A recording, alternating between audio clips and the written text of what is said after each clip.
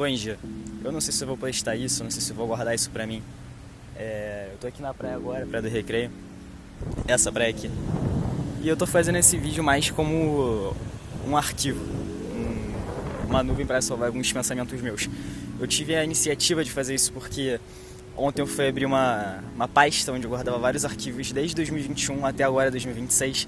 Várias poesias, várias músicas, várias escrituras de culto, várias escrituras de palestras que eu fui. Muitas coisas que marcaram minha adolescência toda, de 2021 até aqui. E eu percebi que foi perdido. Simplesmente eu loguei com meu e-mail e minha senha e não tava mais nada lá. Nada do que eu tinha escrito. Uma parte da minha história, 5 anos da minha história, com tudo que eu desenvolvi com Deus, da minha conversão até hoje, foram perdidos. Todas as minhas células, tudo foi perdido. E eu tô usando agora o YouTube como uma ferramenta, um mecanismo para poder guardar isso. Esse é o primeiro episódio.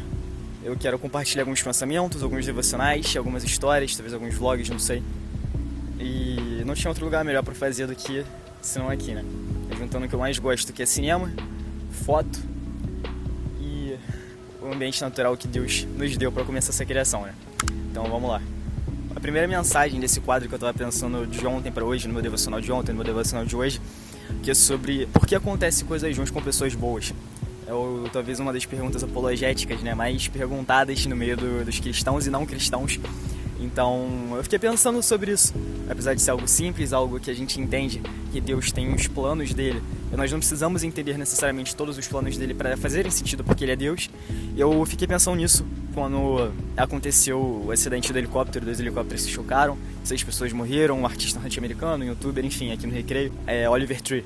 Eu fiquei pensando nisso, falei, cara, eu passei literalmente 1 hora depois que aconteceu o acidente, aconteceu 8h30, 9h30 eu tava passando ali na rua, na frente do acidente, vendo a fumaça.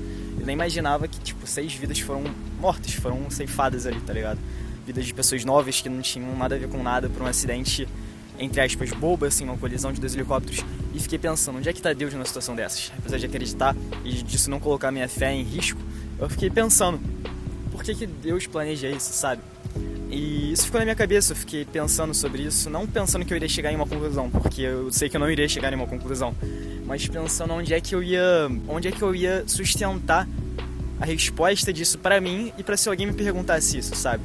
Porque, como diz na Bíblia, estejam prontos pra qualquer um que perguntava sobre o motivo da sua fé. Eu precisava estar pronto pra isso. Eu tô lendo um livro agora chamado Apologética Pura e Simples, e ele instrui a gente justamente a estar pronto pra essas perguntas, entende? Ontem à noite eu tava lendo o livro, esse Apologética Pura e Simples, e uma parte dessa resposta veio pra mim. Não resposta porque não é uma resposta, mas um entendimento, vamos botar assim, né?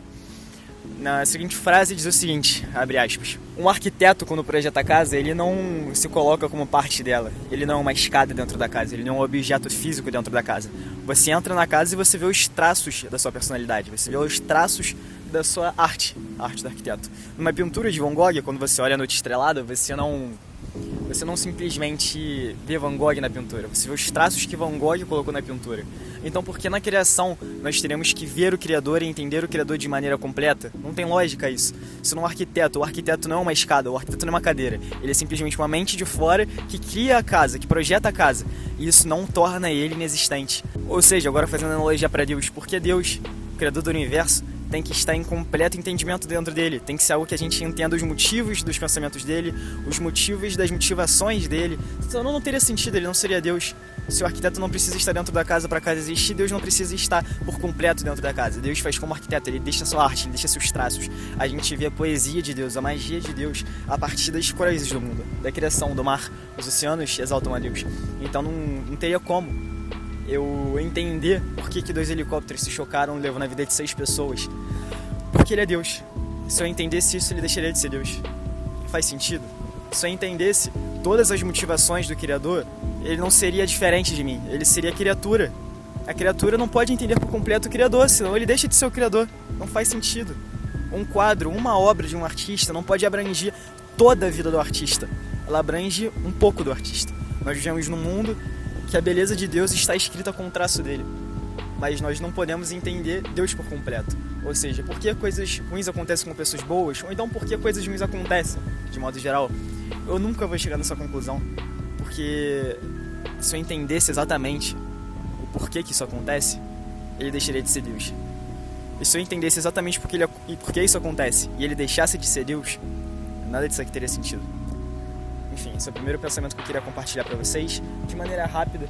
Tem muito mais que eu poderia compartilhar sobre esse assunto, mas esse é o suficiente para eu mesmo, talvez daqui a alguns meses ou anos, quando voltar nesse vídeo, poder refletir um pouco mais, e se eu compartilhar para alguém, poder viver também. É isso.